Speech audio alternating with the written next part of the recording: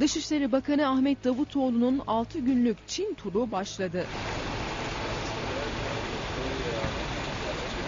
İlk durağı olan Kaşgar'da Kaşgarlı Mahmut ve Yusuf Has Hacip türbelerini gezdi Bakan Davutoğlu ve eşi. Deniz dağılımını anlatıyor.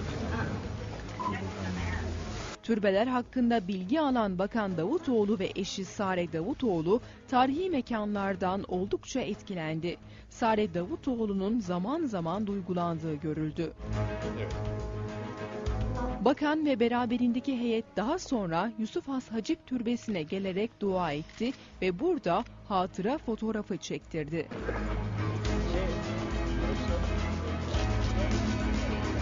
Ziyaretlerine ilişkin kısa bir bilgi vermeyi de ihmal etmedi Davutoğlu. Hem kültürel hem ekonomik hem siyasi bakımdan önemli görüşmeler gerçekleştireceğiz.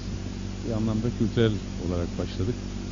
Bütün bu unsurlarıyla Türk-Çin ilişkilerinin gelişmesi Sincan Uygur Özerk Bölgesi'ndeki kardeşlerimizi de rahatlatacak, onlara bizim daha rahat ulaşımımızı sağlayacak. Davutoğlu Kaşgar'da Çin'in en büyük camisi olan 500 yıllık İtka Camii'ni ziyaret etti. Davutoğlu, eşi Sare Davutoğlu'nun da eşlik ettiği cami ziyareti sonrası çevredeki esnafla, orada bulunan vatandaşlarla sohbet etti, çocukları sevdi. Biliyor musun?